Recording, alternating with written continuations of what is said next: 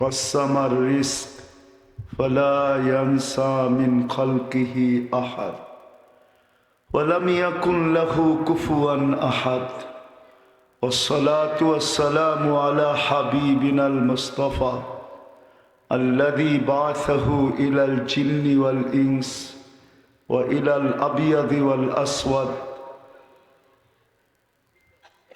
وإلى المشرق والمغرب بشيرا ونذيرا داعيا إلى الله رحمة للعالمين شفيع المذنبين حريص بالمؤمنين رؤوف رحيم صلى الله عليه وعلى آله وأصحابه وأتباعه صلاة وسلاما كثيرا كثيرا أما بعد فأعوذ بالله من الشيطان الرجيم بسم الله الرحمن الرحيم ولا تموتن إلا وأنتم مسلمون وقال رسول الله صلى الله عليه وسلم ألا إن رخى الإسلام لدائرة فدوروا مع الإسلام حيث دار أو كما قال عليه الصلاة والسلام উক্ত মাহফিলের সম্মানিত সভাপতি, উপস্থিত উলামায়ে কেরাম, বিভিন্ন এলাকা থেকে আগত মুসলমান ভাইয়েরা, যেই পর্যন্ত লাউড স্পিকারের আওয়াজ পৌঁছতেছে যদি শোনার সুযোগ থাকে, পর্দার অন্তরালে মা ও বোনেরা, কোরআন হাদিস থেকে যতটুকুই তেলাওয়াত করলাম আশা রাখি একই সামনে রেখে অতি অল্প সময় কিছু কথা রাখবো। সাথে সাথে সকলের কাছে দোয়ার দরখাস্ত, আল্লাহ আমাকে আপনাদেরকে সকল শ্রোতাকে যা শুনব এর উপরে আমল করার তৌফিক দান করেন।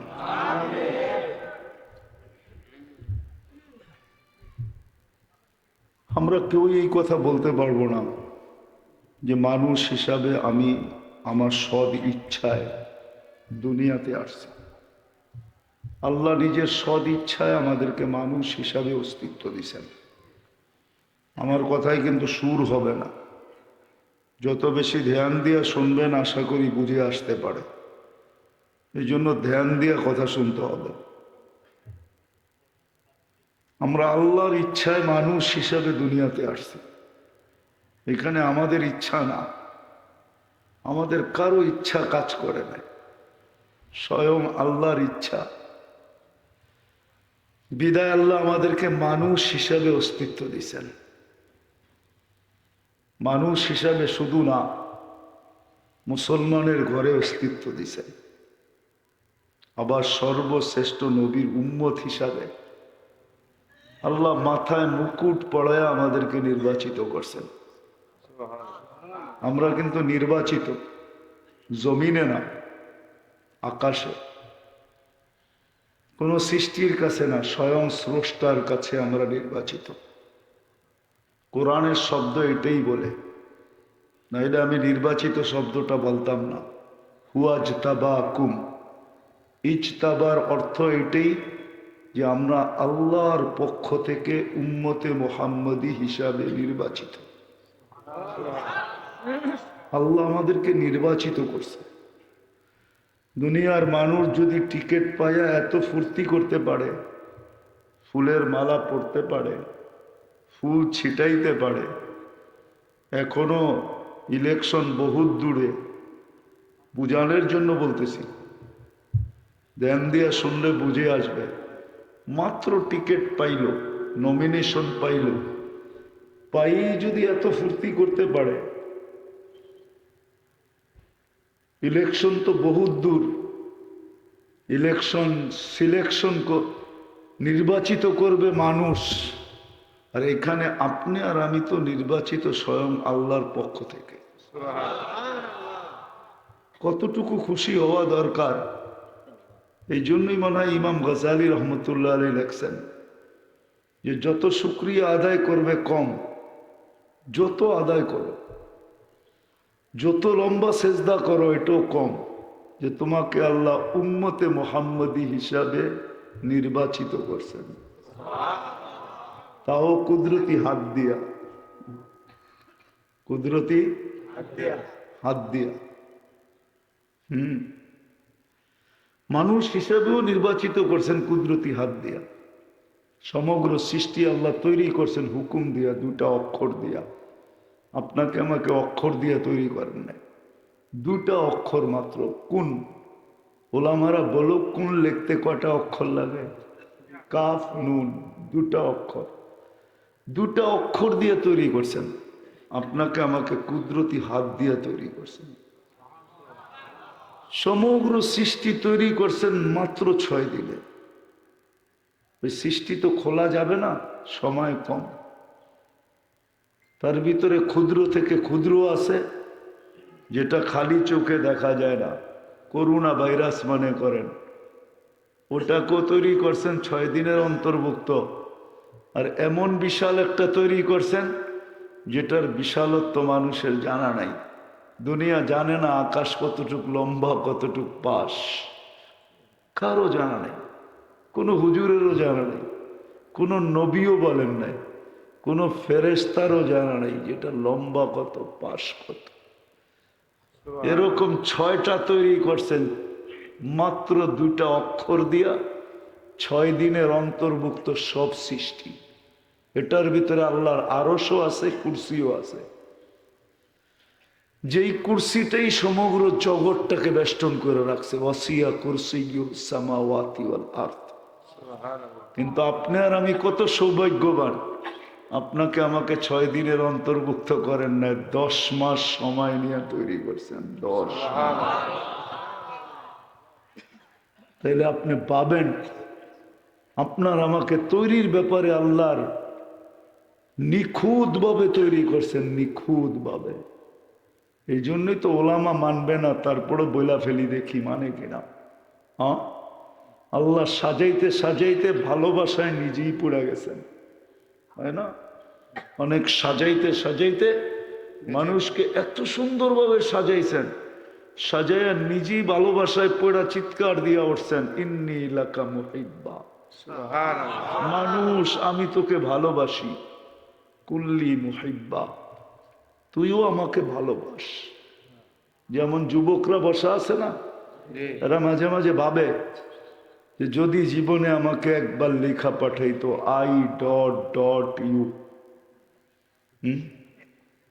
যেখানে এদেরকে এরা মাঝে মাঝে ভাবে, হায় যদি আমাকে একবার লেখা পাঠাইতো I.U, তাইলে আমি বন্ধুদের মধ্যে ফেমাস হয়ে যেতাম, দেখাইতাম দেখ আমারে লেখা পাঠাইছে। তো আল্লাহ আমাদেরকে ভালোবাসে, ভালোবাসে। আল্লাহ আমাদেরকে ভালোবাসেন, এই জন্যই ঘোষণা দিচ্ছেন, নিজেই সাজাইছেন কুদরতি হাত দিয়া। এক ফোঁটা পানির থেকে। শুধু তো অভিযোগ করেন নাই। এই জন্য বান্দা যখন আল্লাহর কাছ থেকে দূরে সরে যায়, সৃষ্টি সরে গেলে আল্লাহর কিছু আসে যায় না। সব সৃষ্টিও যদি সরে যায়, রব্বে কাবার কসম আমার মনে হয় না কিছু আসবে যাবে। হাদিসও এটা বলে কিছু আসবে যাবে না। কেননা সৃষ্টি আল্লাহর গুণগান গায় বটে, এদের কোনো প্রতিদান নাই, এদেরকে কোনো সওয়াব দেওয়া হবে না। বলো হুজুর, হুজুরও তো বক্তা, বলো জিবরিল আলাইহিস ইসলামকে কি একটা বড় জান্নাত দিবে আল্লাহ? দিবে? কোনো জান্নাত নাই ওনার জন্য। সৃষ্টির জন্য কোনো অনুদান নাই, কোনো বিনিময় নাই, পুরস্কার নাই। সব সরে গেল, কিছু আসে যায় না। কিন্তু মানুষ সরে গেলে আল্লাহ সইতে পারেন না। হাদিসে কুদসি, মান আরাদা আন্নি নাদাইতুহু মিন কারিব, যখন আল্লাহর থেকে বিমুখ হয় তা আল্লাহ কাছের থেকে এসে ডাকতে থাকেন আর বলতে থাকেন, আমা কুনতা মা আম্মাহিনা ইলা আইন, কই চললি? আমা কুনতা মা আম্মাহিনা, তুই নিকৃষ্ট একটা পানির ফোঁটাকে ছিলি না। ফামান জাআলাকা দামা, তোকে রক্তে রূপান্তরিত কে করলো? ওমান জাআলাকা মুদগা, তোকে রক্তপিণ্ডতে রূপান্তরিত কে করলো? ওমান জাআলাকা ইদামা, তোর কঙ্কালটা কে তৈরি করলো? ওমান কাসা আলাইহি লাহমা, এর উপরে গোশতের আর চামড়ার এত নিখুঁতভাবে কে চড়াইয়া দিল যে আজকে যুবক তোমাকে দেখা তাকাইতে থাকে আর ঠোঁট কামড়াইতে থাকে আর ভাবে, হায় যদি একবার লেখা পাঠাইত। আবার যুবতীও যুবককে দেখা কি করে মাঝে মাঝে ওড়নাও গলায় পেঁচায় ঝুলতে চায়। এই জীবন রেখা করবো তো করবো কি, পাইলামই না। ঠিক না? আল্লাহ বলে নিখুঁত ভাবে কে চড়াইল? আমা কুনতা সাগীরা, তুই কি ছোট ছিলি না? ফামান কাব্বারাক, তোকে বড় কে করলো? আমা কুনতা যায়ীফা, তুই কি দুর্বল ছিলি না? ফামান কাওয়াকা, তোকে শক্তিশালী সুঠামত কে দিল? আমা কুনতা জাহিলা, তুই কি অজ্ঞ ছিলি না? তোকে শিক্ষিত কে করলো? আমা কুনতা মিসকিনা, তুই কি মায়ের পেটের থেকে নিশ্চয় আসিস নাই? ফামান আগনাকা, তোকে স্বয়ং সম্পূর্ণ কে করলো? সব সৃষ্টি দূরে সরে গেল, আল্লাহ সইতে পারেন, কিন্তু মানুষ যখন দূরে সরে যায়, আল্লাহকে ভুলা যায়, তখন আর আল্লাহ সইতে পারেন না। ডাক দিতে দেরি, আরেক হাদিস দিতেছি, মান্না দানি তালাক্কাইতুহু মিন বাঈদ, আল্লাহ বলে আমাকে ডাকতে দেরি, আমি হাতছানি দিয়ে বুকে লাগাইতে দেরি করি না। আমি আরেকটা প্রমাণ দিতেছি আপনাদেরকে হাদিস থেকেই। মূর্তির সামনে বৈশা শত বৎসর সনম সনম করতেছিল, একবার ভুলে সামাদ বলে ফেলছে। আল্লাহ ডাক দিতে, আল্লাহ সাড়া দিতে দেরি করেন না, লাব্বাইক ইয়া আবদি বলে উঠছেন। সমগ্র সৃষ্টি বলতেছে আল্লাহ এখনো তো বসা মূর্তির সামনে, সাড়া দিলেন তো দিলেন কেন? তা আল্লাহ বলে অপেক্ষায় ছিলাম, ভুলে হইল একবার আমাকে ডাকুক। প্রথম জবাব দিছেন এটা, দ্বিতীয় জবাব দিছেন ও সাড়া দেয় না, আমিও যদি না দেই তো ওর আর আমার পার্থক্য রইল কি? চলেন আরেকটা দেখাই। ইব্রাহিম আলাইহিস সালাম মেহমান ছাড়া খাইতেন না। দুপুরে মেহমান নিয়ে বসছেন, পরিচয় জানতে যায় জানে সে অগ্নির আগুনের পূজা করে, অগ্নি পূজক। তো ইব্রাহিম আলাইহিস সালাম বলছে তুই আমার খাওয়া খাবি তো খাবি কি করে? অগ্নি পূজক খলিলের খাওয়া খায়, এটা খায় তো খায় কি করে? উঠায় দিছেন। পিছন থেকে আল্লাহ ডাক দিছে, খলিল 250 বৎসর তো 3 বেলা খাওয়াইতেছি, এক বেলা খাওয়াইলেন না, উঠায় দিলেন। তো ইব্রাহিম আলাইহিস সালাম ওর পিছে দৌড়াইতেছে, যা ধরছে চল ভাই খাইতে। এত বড় নির্লজ্জ না, প্লেট থেকে উঠায় দিলে আবার যাব তোমার প্লেটে খাইতে, এত বড় নির্লজ্জ মনে করো না। তো বলছে আরেকটা শোনো, আমিও জানি তুমি আমার পিছে দৌড়ানোর লোক না, তুমি আমার পিছে দৌড়ে আসলে কেন? তো ইব্রাহিম আলাইহিস সালাম বলতেছে তোর কথা সত্য দোনোটাই, আমিও তোর পিছনে দৌড়ানোর লোক না, আর তুইও এরকম নির্লজ্জ না যে ডাকলে আবার যাবি, তোরও আত্মমর্যাদা আছে। কিন্তু মধ্যখানে আরেকজন চলে আসছে, বলে সেটাকে? বলছে তোর বানানেওয়ালা আল্লাহ আমাকে পাঠাইছে, যে খলিল 250 বৎসর খাওয়াইতেছি, এক বেলা খাওয়াইলেন না। তো বলছে সত্য বলতেছ? নাইলে তোমার ধারণা কি? তুমি তো একটু আগে বললে আমি তোমার পিছে দৌড়ানোর লোক না। বলছে তাহলে হাতটা আগে বাড়াও, মুসলমান হয়ে নি, তারপরে তোমার প্লেটে যাব। সারা সৃষ্টিও যদি একদিকে চলে যায়, আল্লাহর কিছু আসা যায় না। কিন্তু যাকে আল্লাহর নিজ ইচ্ছায় মানুষ হিসেবে অস্তিত্ব দিলেন, ও যদি দূরে সরে যায় তো আল্লাহ ডাকতে চলে আসেন। শুধু মানুষ আর উম্মতে মুহাম্মদী যদি দূরে চলে যায় তাহলে কেমন হয় একটু ভাবেন না? উম্মতে মুহাম্মদী যাকে বানাইলেন, যাকে নিজের কুদরতি হাত দিয়া বাছাই করা উম্মতে মুহাম্মদী বানাইলেন। এই জন্য কচুয়াই বলতেছি আপনাদেরকে, আপনারা তো কচুয়ার আন্ডারে, ঠিক না? কচুয়ার মানুষ চলে যেতে হবে এখান থেকে,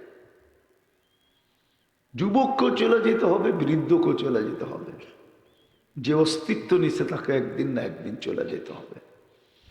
মুসলমানের ঘরে যে নিছে সেও যাবে, যে মুসলমানের ঘরে অস্তিত্ব নেয় নেয় সেও যাবে। এইখানে কারো থাকার সুযোগ নাই, সিস্টেম এটাই, যে আসবে সে যাবে।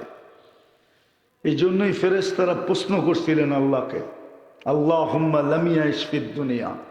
মউত যখন দিছেন, কোনো এক প্রশ্নের উত্তরে আল্লাহ বলছিলেন জাআলতু লাহুমুল মাউতা, পুরাটাই শুনায় দেই।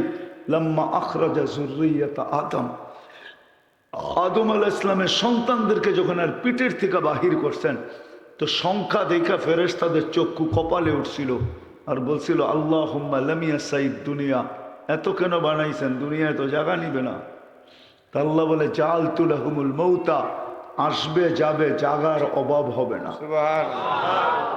আসলেই তো ঠিক না? কি বলেন? ডেলি 5 লক্ষ উঠতেছে, মানলাম 5 লক্ষ আসতেছে, কিন্তু একদিন উঠার মাত্রা এরকম বাড়বে যে আসার মাত্রাটা কমে আসবে, শূন্যতে চলে আসবে, ওটা শূন্য হিসাবেই ধরা হবে। যেতে যেতে যেতে যেতে, এটাও সত্য।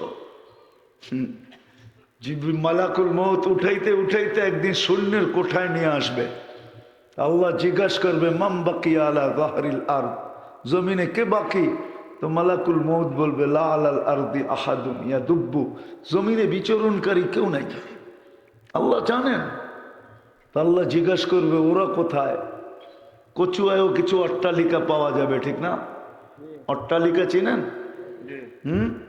মনে হয় চিনেন না, ঠিক না? রাজপ্রাসাদের মতো কিছু বাড়ি কচুয়ায় নাই না? নাই? হ্যাঁ, আল্লাহ জিজ্ঞেস করবে ওরা কোথায়? যারা বড় বড় অট্টালিকার ভিতরে বাস করত, মৃত্যুকে কোনোদিন স্বপ্নেও ভাবতো না যে মৃত্যু কি জিনিস, বুঝতোই না। ওরা কোথায়? মালাকুল মউত বলবে ওদেরকেও নিয়ে আসছে। লম্বা হাদিস, শেষমেশ মালাকুল মউতও মরবে, ওনারও মৃত্যু আসবে। শুধু উনি থাকবে আর আল্লাহ থাকবে। এক পর্বে আল্লাহ জিজ্ঞাসা করবে কে বাকি? তো বলবে আনা ওয়া আনতাল হাইয়ুল্লাযী লা তামুত, আমি আর আপনি চিরঞ্জীব। আল্লাহ বলবে ফাতামুত আনতা, এবার তোমার পালা, তুমি মরো। লিআন্নী কাতাবতুল মাউতা আলা মান তাহতা আরশি, আমার সিদ্ধান্ত এটাই যে আমার আরশের নিচে যে আছে ওকে মরতে হবে। আল্লাযী হাই লা ইয়ামুত ফাহুয়া ফাওকা আরশি, যে চিরঞ্জীব সে শুধু আমার আরশের উপরে বিরাজমান, অর্থাৎ আল্লাহ। আমি চিরঞ্জীব, আর সব মরতে হবে। মৃত্যুর যাতনা ওনার উপরে ঢালবেন, তো উনি একটা চিৎকার দিবেন আর বলবে লাউ আলিমতু সাকরাতাল মাউত মা কাবাসতু আরওয়াহাল মুমিনিন। মৃত্যু সম্বন্ধে আজকে ওনার কোনো ধারণা নাই। সত্য তো এই কথাই, কি যাতনা বিষে বুঝিবে সে কিসে, কবু আসি বিষে ধ্বংসিনী যারে। সাপের ছোবল যে খায় না ও বিষের কথা বলতে পারবে না যে বিষ কিরকম। মালাকুল মউত এখনো জীবিত, উনি মৃত্যুর খবর বলবে কি করে যে মৃত্যুর যাতনা কি? উনি একটা চিৎকার দিবে আর বলবে, মৃত্যুর সম্বন্ধে যদি কিঞ্চিত ধারণা আমার থাকতো, কোনো মোমেন মুসলমানকে আমি এত কষ্ট দিয়ে নিয়ে আসতাম না। তো চলে যেতে হবে আমাদেরকে, থাকার সুযোগ এখানে কারো নাই। এই জন্যই ফেরেশতারা বলছিলেন জাগা হবে না। আল্লাহ বলছে মউত দিয়া দিছি, আসবে যাবে, জাগার অভাব হবে না। তারপরে আবার ফেরেশতাদের প্রশ্ন ছিল আল্লাহুম্মা লাম ইয়াইশ ফিদ দুনিয়া মউত, তাহলে তো যুবক যৌবনে মজা পাবে না। আজকে যেই মজা যৌবনে, ওই মজা তো যুবক যৌবনে পাবে না। নারী নারীত্বে পাবে না, পুরুষ পুরুষত্বে পাবে না, কোনো ব্যক্তি জীবনের মজা পাবে না।